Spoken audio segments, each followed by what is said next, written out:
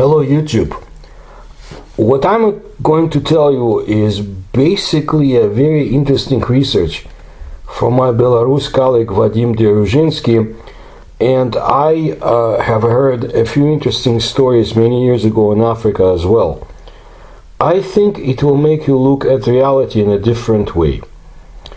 The huge number of human babies raised by wolves and other animals surpasses all possibilities of chance and probability theory.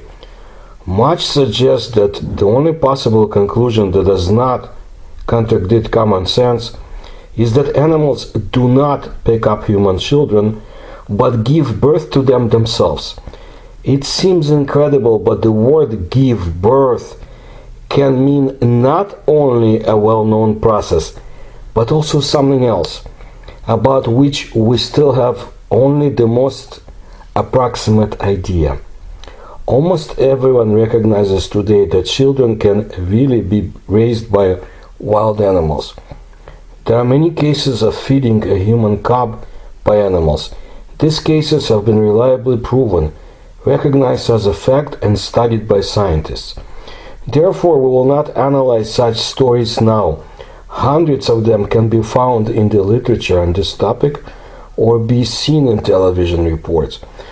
For example, a decade ago there was a story shown on Russian TV and East European television about a 30-year-old resident of Kazakhstan who lived in a wolf pack as a child, up to 10 years old, and then he was discovered by people. Consider the other side of the question, which is almost always ignored. It is usually assumed that children raised by animals were either stolen or picked up by nursing female animals. However, many circumstances make us suspect that this is not the case and that supporters of another point of view are right. Humanoid cubs are born in animals. And although this point of view to most people, and to us, rightly seems at first glance completely absurd and fantastic, there is something in its favor. There are many cases when animals brought up not one child, but several at once, of different ages. What is the probability of this if we assume that the children were once lost and picked up at different times by the same wolf pack? Babies are extremely rarely lost in the forest, either when people want to get rid of them, or in case of a sudden, on-the-spot death of the parent who took care of the child. Let's agree, this does not happen every day. It can be considered an even rarer accident that the wolves encountered a lost but still alive human child, because being abandoned to the mercy of fate, the baby does not live for more than a day and dies of hunger, cold, or heat, becomes prey to predators and parasites. An even rarer and luckier coincidence would be that in one of the thousands of such wolf packs that found a child, the wolves did not eat him or her, but passed by. One of 1,000 such cases, only in one case, actually out of 1,000 of such cases, only in one case could the wolves not eat, not pass by, but take the child. Let's assume this into their pack.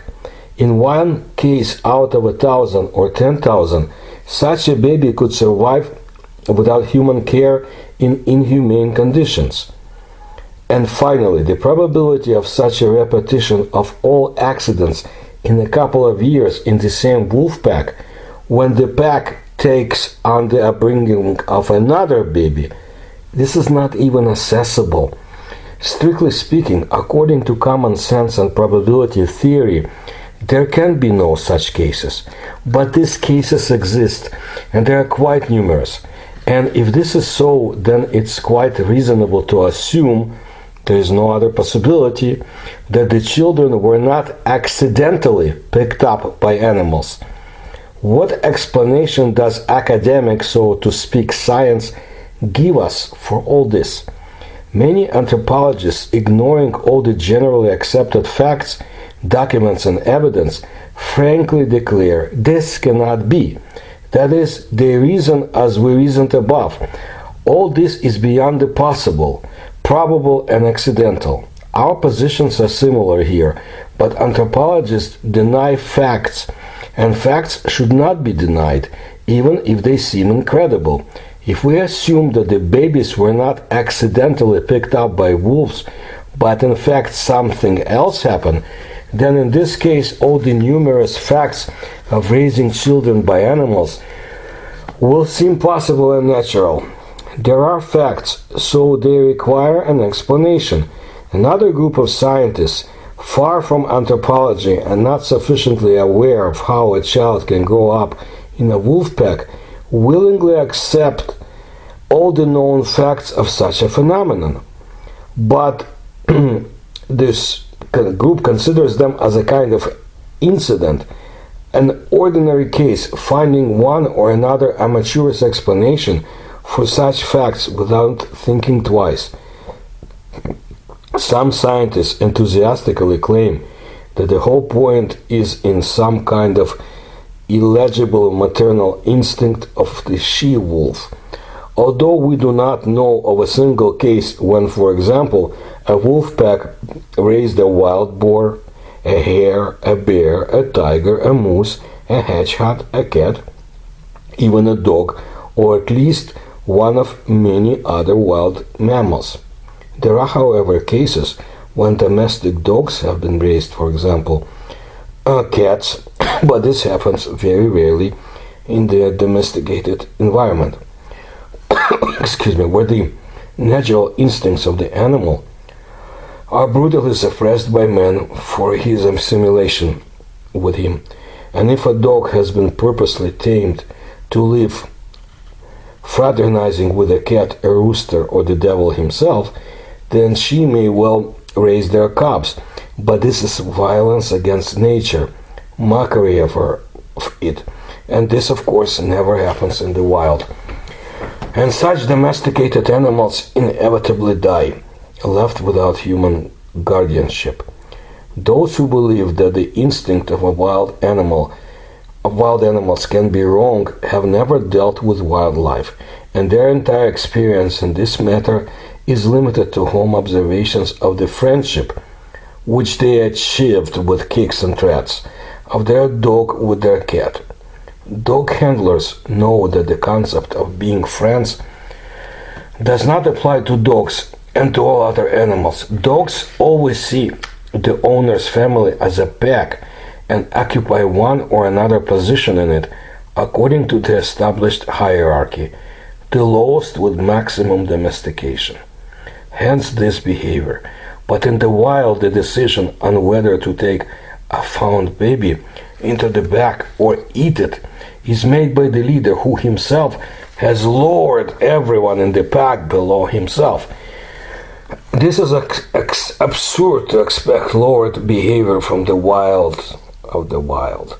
His behavior is driven solely by wild instincts, and only in them is his strength. Other scientists adhere to a different vision of the problem.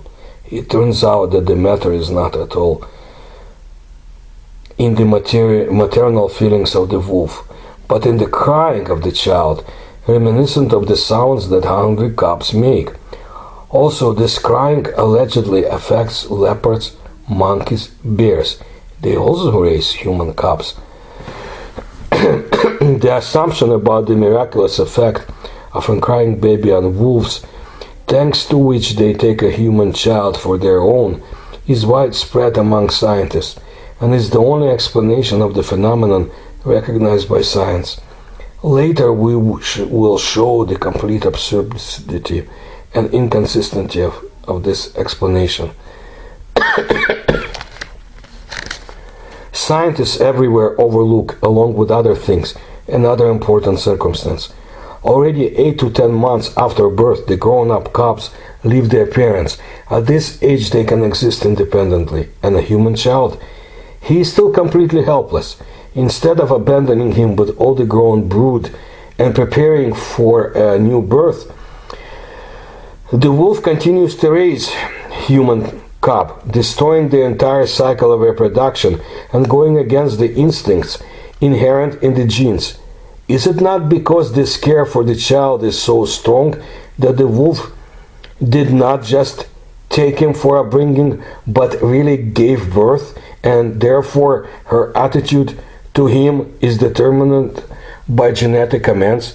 Let us repeat that even the most incredible accident ceases to be an accident when several children of different ages are brought up in the same pack at once. Moreover, when people find them, it turns out that the locals have not reported any missing children. An incredible combination of circumstances should happen twice or 3 times, 4 times, with an interval of several years. The following should happen: the baby must be lost, he or she must not die of hunger, cold, flies, and all kinds of predators until he was picked up by the pack. That he must learn to digest wolf food that a wolf regurgitates to him, or a bear, a monkey, etc. in other cases at the same time. Food for the baby is completely different. And then he, the baby, must not die from cold, heat, parasites, and diseases. In other words, to survive in truly inhuman conditions. It is absolutely fair to believe that the most amazing thing about this whole issue is not that the baby is raised by wolves, but that a naked, weak, stupid, defenseless, motionless, without teeth, muscles, and claws, without the instincts of a wild nature, a child can survive in such situation at all and then live at the same conditions for many years. This is really an incredible accident. One, as we have just roughly seen, is a chance out of a billion.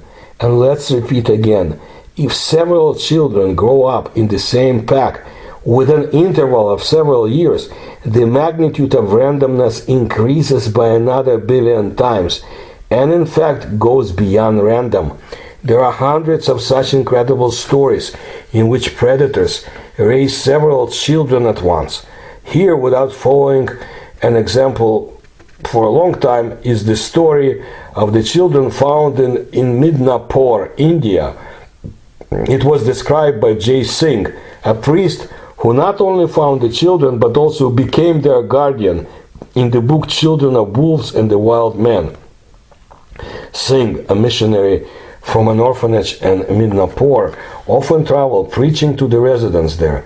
During one of these expeditions in 1920, he heard from one of the members of the local tribe about 2 small ghosts with burning eyes, who appeared on the mountain where the wolf's lair was located.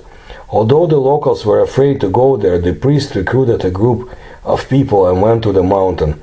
Climbing a tree, they saw how the 2 ghosts got out of the wolf's den together with the cubs. Singh came to the conclusion that these were human cubs and ordered the dig of the lair.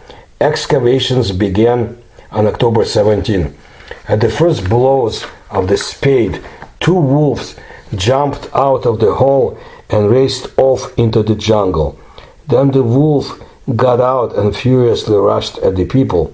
Before Singh could interfere, one of the workers killed the she-wolf with an arrow fired from a bow. A litter of cubs was found inside the den. 2 little girls, one of whom was about 1.5 years old and the other about 8 years old, were lying among them, embracing. The cubs were sold and the children were taken to a shelter. The youngest died a year later, having never learned to speak or walk straight.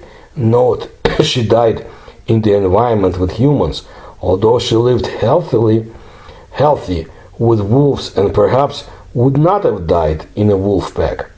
And the eldest, who was lovingly cared for by Mrs. Singh, lived for another 9 years, gradually learning to stand up straight, eat human food, and even pronounce a few human words.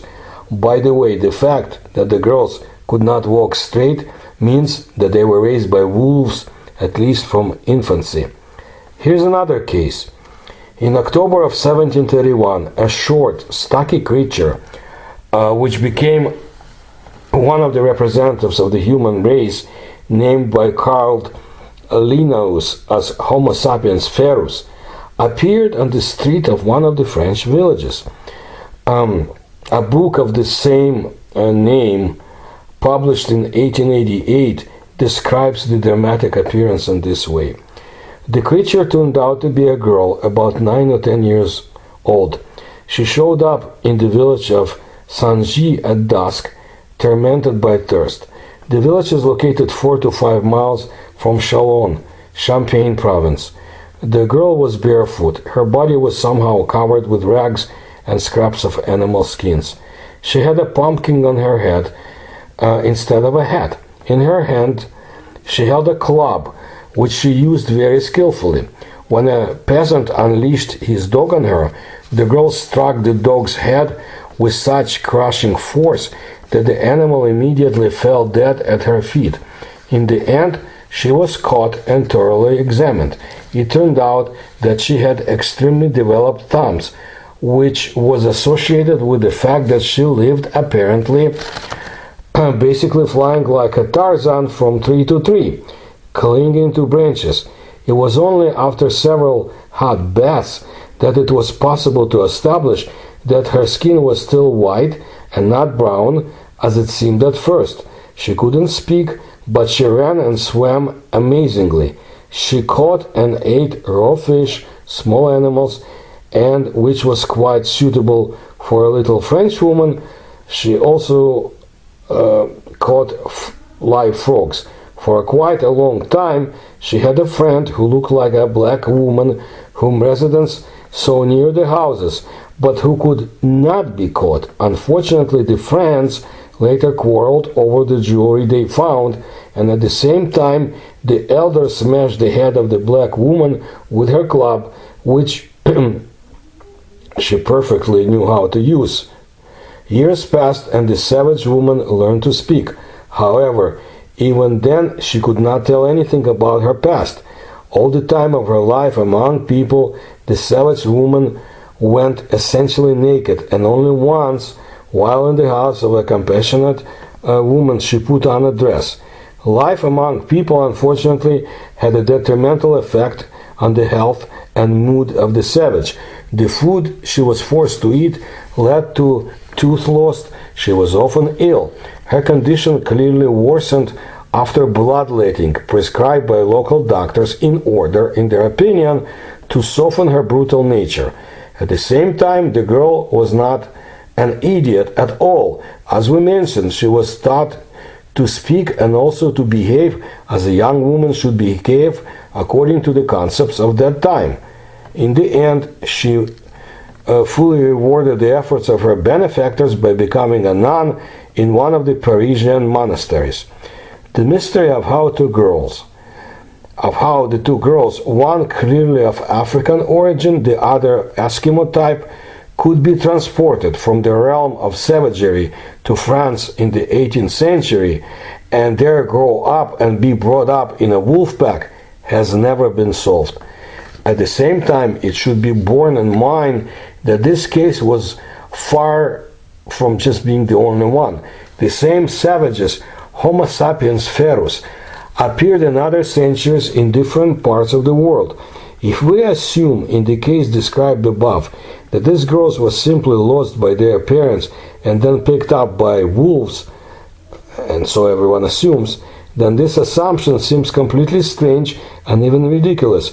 African and Eskimos did not live in French villages of the 18th century. Even if some African or Eskimo family got into the French hinterland by an unknown route, everyone in the neighborhood would know about the strangers and would quickly find the answers to the question of where these children came from. However, the locals not only did not know about the disappearance of foreign children, but no one knew anything about the existence of such exotic non-European families anywhere in the vicinity. The police conducted a proper investigation and could not find out how children belonging to other races got into this French province and then ended up in a pack of French wolves. The only possible conclusion in the situation the children appeared on their own sounds frankly unusual. Equally strange is the assumption that the children were born by a she-wolf. But isn't it more strange, all this ridiculous pile-up of accidents and the fact that the wolves did not eat human children and that they were fed and raised and so on and so on, just like we talked about above. Let's look at possible, impossible, and naked statistics then. Everyone knows that a cuckoo lays its eggs in someone else's nest, and other parents raise its young. Nature, therefore, provides for birds the opportunity to speculate on the parents' mistakes. It should be noted that an egg is not a cub. Birth does not occur at the moment of an egg laying, but at the moment of hatching. So we can fully assert that it is the cuckoo cubs that are born in birds. In the viviparous mammals, such focus is impossible. And of course, this is not a single mammal. There is not a single mammal with the behavior of a cuckoo.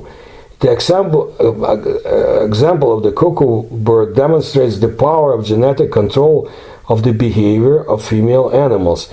The identification of one's own and someone else's in animals is extremely specific. If the cub was born in the presence of a parent, it doesn't matter from the uterus or an egg, he is his own. The cuckoo chick becomes such a friend. In all other cases, a strange cub, even of its own kind, will remain a stranger, and it will not just not be mistaken for its own and thrown out of the nest or lair, but it may well be killed or eaten. This happens most often. Can a wolf or a bear, a tigress, raise a human child who was not born to her? No, no, and no again. She-wolves do not raise hares, hedgehogs, and chickens. But they could have been raised in the only case when they were born to them. There are a lot of cubs of different animals running around the forest here and there, and the wolves meet with them much more often than with forgotten human babies. But for some reason, none of them are greeted with joy as a lost son, but they eat everyone on the spot without hesitation. What is the reason for such selectivity? Let's return again to the explanation, so to say, of scientists. The already mentioned assumption of a number of scientists that children are supposedly able to imitate the speech of animals, and therefore they say they are taken for their own, is actually devoid of any logic. Although this assumption is the only explanation put forward by science for the fact that animals are raising human children. It is strange that the pundits were so blind that they could think of such a ridiculous explanation. After all, it is obvious that a child found by a wolf or a bear does not know how to imitate their speech because he has not heard it until now. It is then after a few months of life in the pack that he can learn such imitation. However, the question of whether this child will be eaten or adopted into the family is being decided this minute, this second, immediately. Thus a wolf or a bear cannot, when making a decision, hear a child's imitating their voice. There is no such imitation, and therefore they naturally cannot accept a child for their own. He is a stranger. Note also that thousands of hunters quite cleverly imitate the voice of wolves, but wolves not only do not take them into their care and maintenance, but have a reputation as ruthless cannibals and enemies of the entire human race. They don't adopt hunters. Some people, as we have already reported, suggest that seeing a defenseless child, the maternal instinct wakes up in wolves and bears. Such an assumption is completely ridiculous and contradicts all scientific knowledge. The maternal instinct in animals, as we have already said above, is precisely an instinct, and it turns on only when the mother sees the birth of her child. In other cases, this instinct does not exist. Instead, another main instinct works to get food and feed her cubs, whom she saw when she gave birth. If a she-wolf meets the cubs of a man, a hare, a badger, an elk, a deer, a cow, sheep, and others, and takes them into her pack, such a wolf pack will die out. Wolf offsprings will die of hunger, and in fact, all wolves with such an attitude to prey will die out. As for bears, no one has ever seen a bear raise a wolf or a sheep. All this is completely absurd, but science takes for granted and all those numerous facts when human children are brought up by a bear. Science has documented thousands of cases when human children were raised by wolves, tigers, leopards, brown bears, and some species of monkeys. And there is not a single case of a human child growing up with foxes and hyenas, lions and pigs, and all other mammals. At the same time, it should be noted that the group of animals that raises a person does not raise anyone else. Tigers and leopards do not raise monkeys, bears do not raise wolves, and wolves do not raise bears. As a matter of fact, we do not know of any cases at all when a female wild mammal would have raised any other wild mammal except humans. Science absolutely denies this possibility. And if you object that man is not a wild mammal, which in fact completely takes us away from the topic of conversation, then what is a man? A domestic mammal? And by whom is he domesticated? From the point of view of nature, man is the wildest, most independent mammal, and the most predatory predator, although a human infant is an exception in nature and does not have innate wild instincts that would help him survive in the wild, and his body is not adapted to life in the wild at all. What is so unique about a person that his child, completely helpless, vulnerable, not adapted to the wild, being in childhood for an unimaginably long time by the standards of animals, this pathetic, worthless child in the harsh nature becomes native to wild animals, predators, moreover cannibals. Isn't there some principle hidden here that we cannot understand yet? Strictly speaking, a person is a person because he is able to think. It is the mind that replaces claws, teeth, skin, muscles, and other things necessary for life. In this respect, a 1-month-old human child who has fallen into a wolf pack is not a person at all, because he does not know how to think. He is the same animal as other animals, but much more stupid than them. There are no instincts of wild nature, and his body is completely not adapted to the environment. He, being abandoned, is doomed to imminent death. Up to a year or two, a human child is nothing, a pathetic lump of flesh that requires every minute of care. In a number of African countries, child mortality reaches more than 50%. And this is despite the fact that children are raised by people. If the baby lives in a wolf hole, what are his chances of survival? And if these chances are so small, and out of 1,000 wolf babies, only one can survive without freezing the kidneys and other things during a cold night, while sleeping on the bare ground, without choking on the wolf food regurgitated to him, having managed to digest the terrible infectious carrion rotting corpses with corpse poison, which is harmless to wolves, bears, etc., but fatal to humans, which his wolf most often feeds without dying from a week or month's hunger, habitual for wolves, without getting sick, with 1,000 diseases, without getting sick with worms and other parasites, without dying from a bug crawling into the nose or ear, without dying from lice, and without dying from swamp water, without dying from many other things. Such a child is truly unique. Note that a child will never be able to adapt to the wild at the level of his wild brothers and wild parents. The human body is simply not capable of this. Children in wolf packs should die like flies, literally every day. And if there are thousands of facts of the safe rearing of human children by predators, and life in a pack is not life in a sanatorium, in a health resort, then this indicates that in fact there are many more human children growing in animals than we imagine.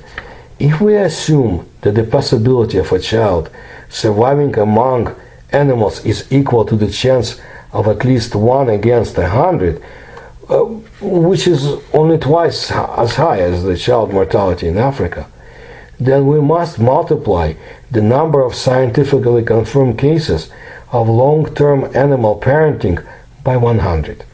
Today, science knows with absolute certainty several thousand such cases when children lived with animals for 5 to 10 years.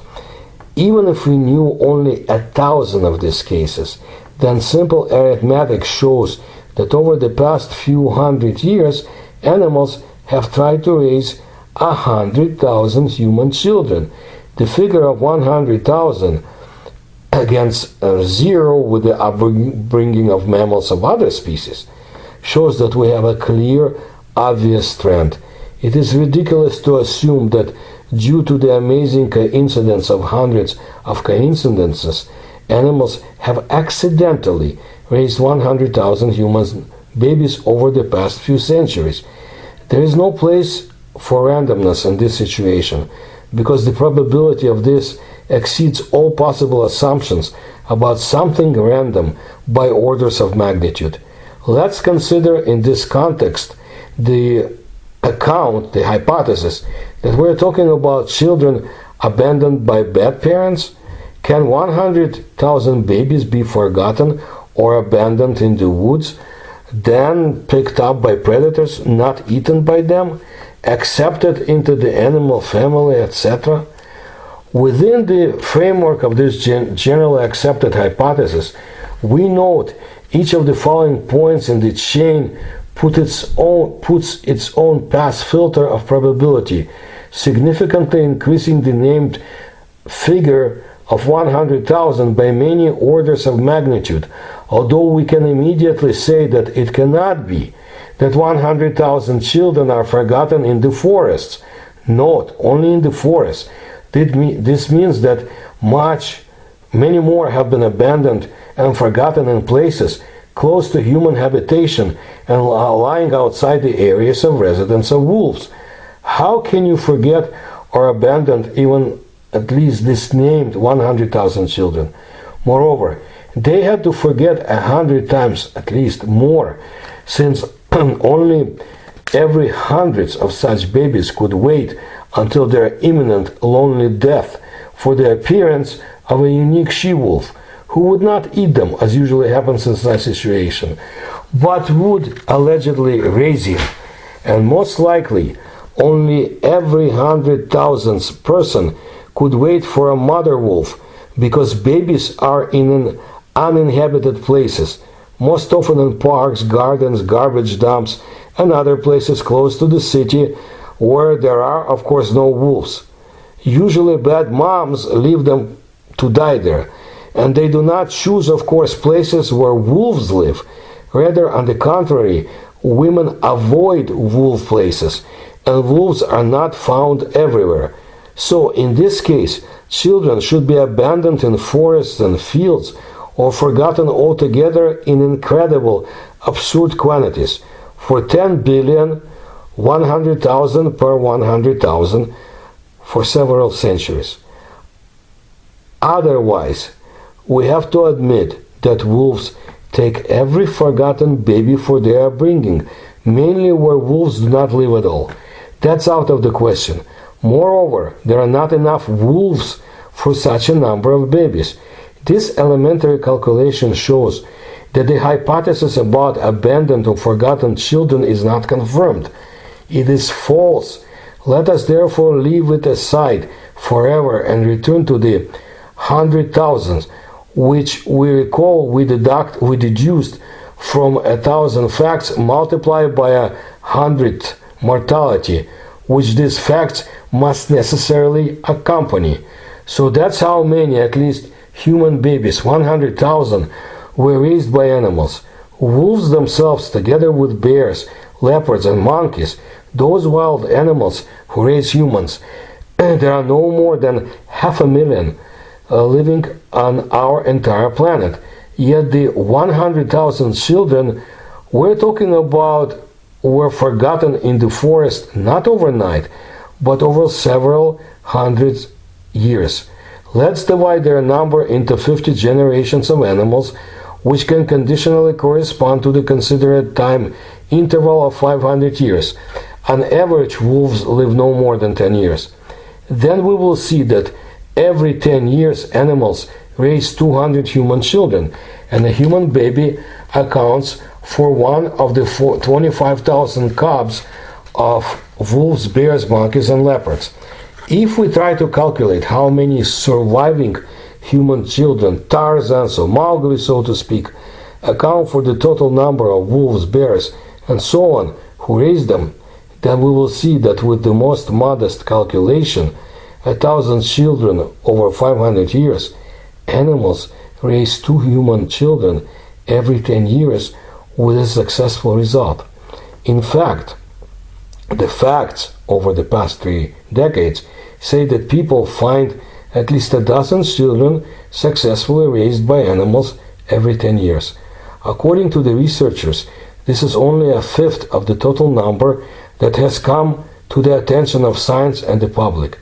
If we proceed from such calculations, it turns out that 500,000 animals successfully raise 50 human children every 10 years. And for every 10,000 animals that have grown up, wolves, bears, etc., there is one human child who has successfully grown up in an animal family. We did not rely on these figures in our general statistics for 500 years for the reason that 20 or even 50 years in scientific approach to the problem are not the basis for a general assessment of the phenomenon. There is a possibility that right now we're experiencing a boom of this phenomenon, and sooner or later it is the quantity may be smaller, although it must be said bluntly that the increase in the number of wild children found, of course, directly depends on the urbanization of modern society. If previously many such facts remained unknown to the world, let's say the public today, such facts are promptly covered, and everything comes into view. It doesn't go unnoticed. All these calculations are, of course, quite approximate.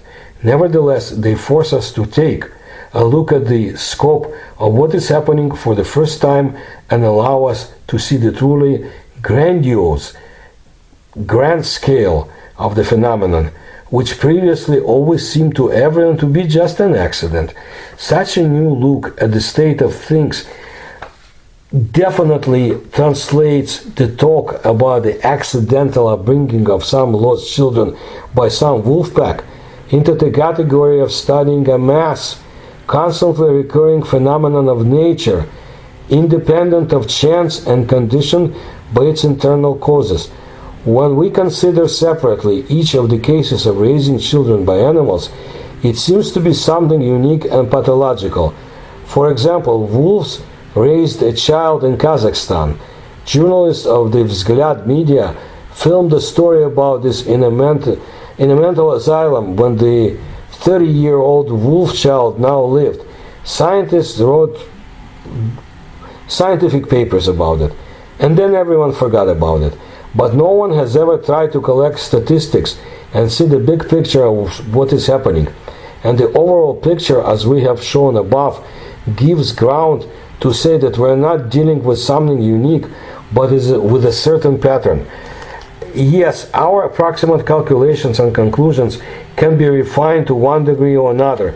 This is indisputable, but it is also indisputable that no matter how these calculations are refined, the number of people raised by animals, let's repeat once again, exceeds all the possibilities of chance and probability theory, and most importantly, completely rejects the common only hypothesis that we're talking about children allegedly forgotten or abandoned by people. So 1,000 wild children who grew up to 8 to 10 years old provides for the death of 100,000 infants who were being raised by animals but did not make it. Note that this is only twice the infant mortality rate in a number of African countries. So if we assume that this 100,000 who fell into the families of wild animals and became their own there were abandoned by people, then the number of all our abandoned children should be at least increased by another 100 times. This is 10 billion. Recall that today only 6 billion live on the planet. So what follows from this? Perhaps, and even most likely, it should be said here that this is exactly how, and not from some hairy Darwinian macaque monkey. That's how man appeared on earth and continues to appear to strengthen his kind. In fact, the number of wild children just corresponds to the necessary number of them, which could give rise to the human race. This is also confirmed by the fact that the animals raise children belonging to races that do not live in this territory. All kinds of races are important. All kinds of races are needed. Only the concept of sowing can explain such facts. Sowing meaning to put or set into the ground to grow. Finally, the crisis, and let's say more, the agony of Darwin's teachings that new species appear allegedly as a result of natural selection is also the basis for search for real mechanisms for the emergence of new species. What do we see? We have not found any transitional forms of living organisms in the fossils. We do not observe a single living species that is incomplete and tends to change shape. Like, say, a half-developed eel, its example is clear. In fact, every living organism is an example of the fallacy of Darwin's theory.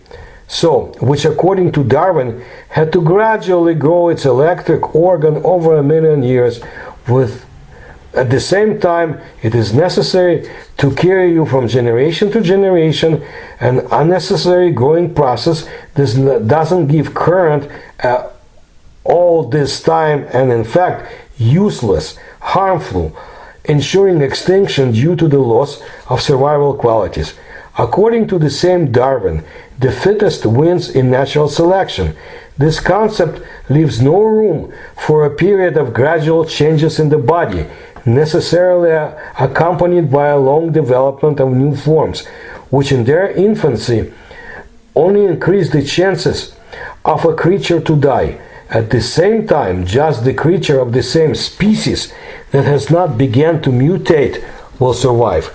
Natural selection thus itself shows its impossibility in principle.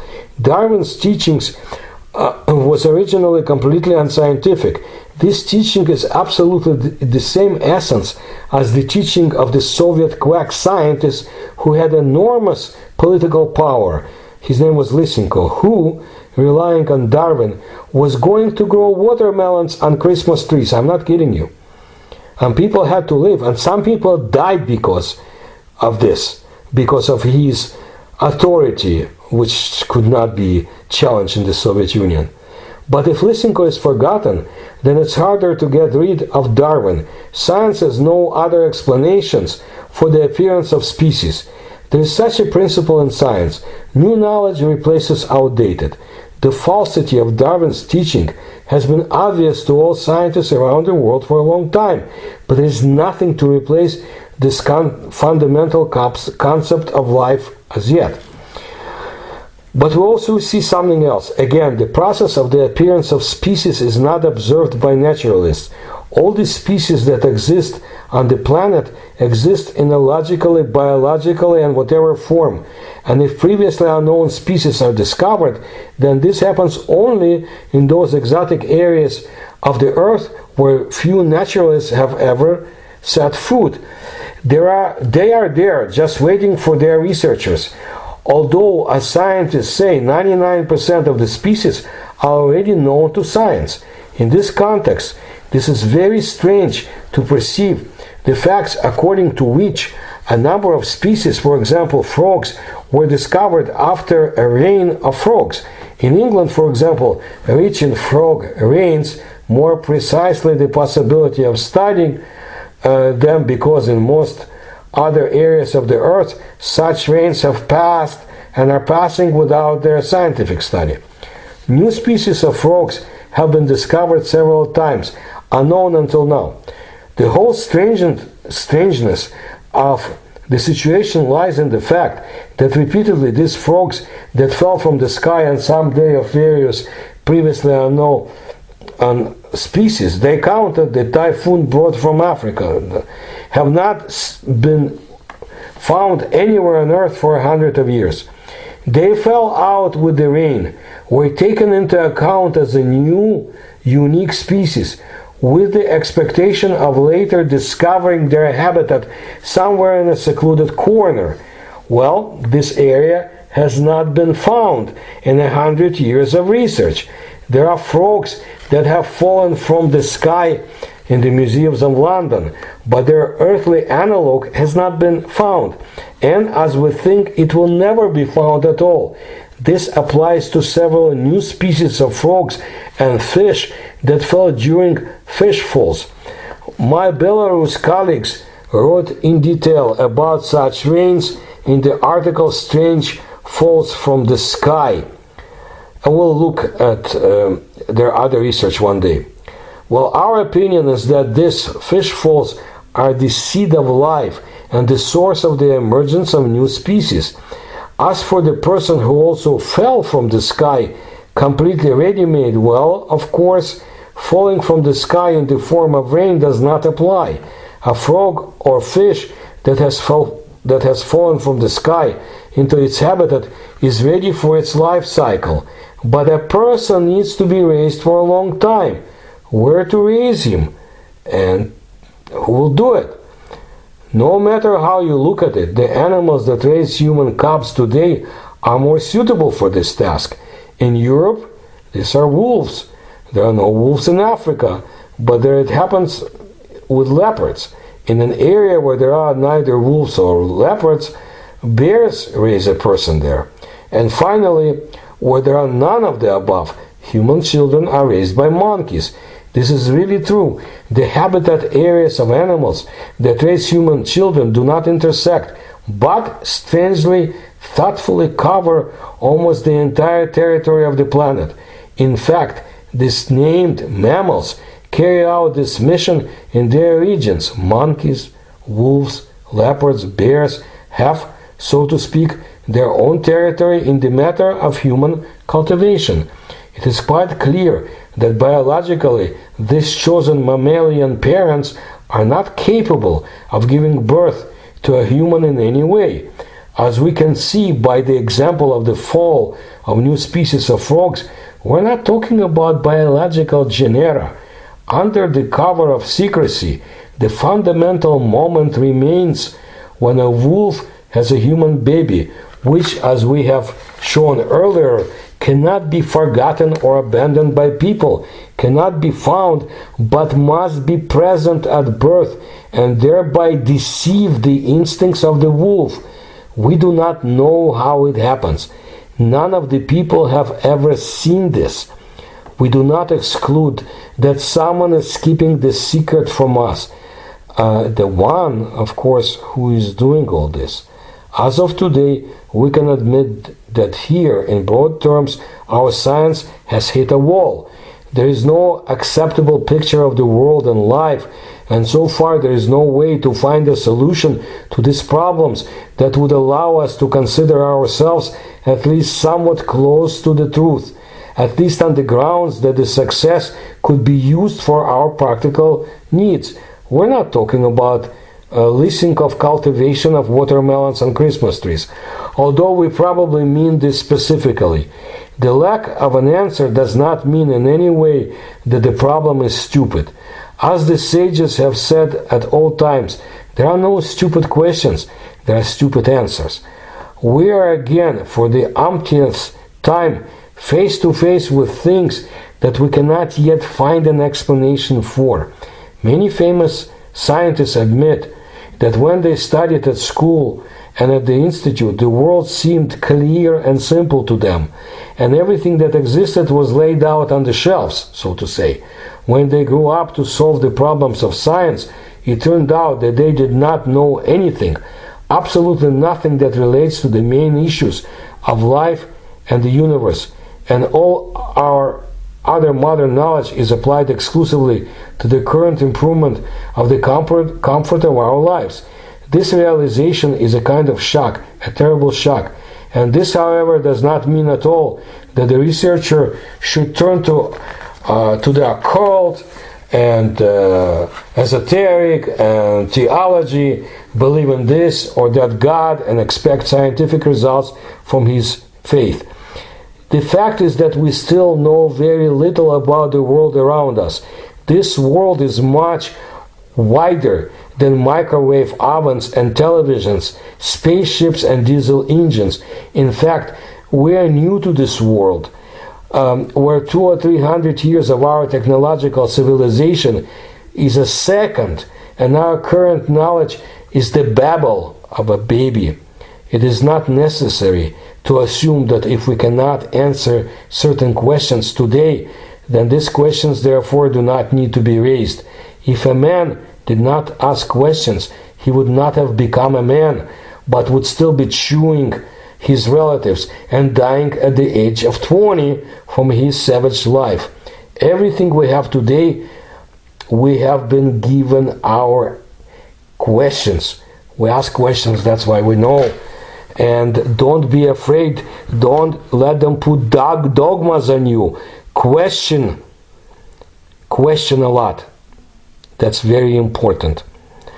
I want to tell you that, yes, there will be answers in my opinion, and I will bring you more fascinating research. If you like my research, please support me to the links you will find in the description to this video. Please like my channel, my videos, and subscribe. Thank you.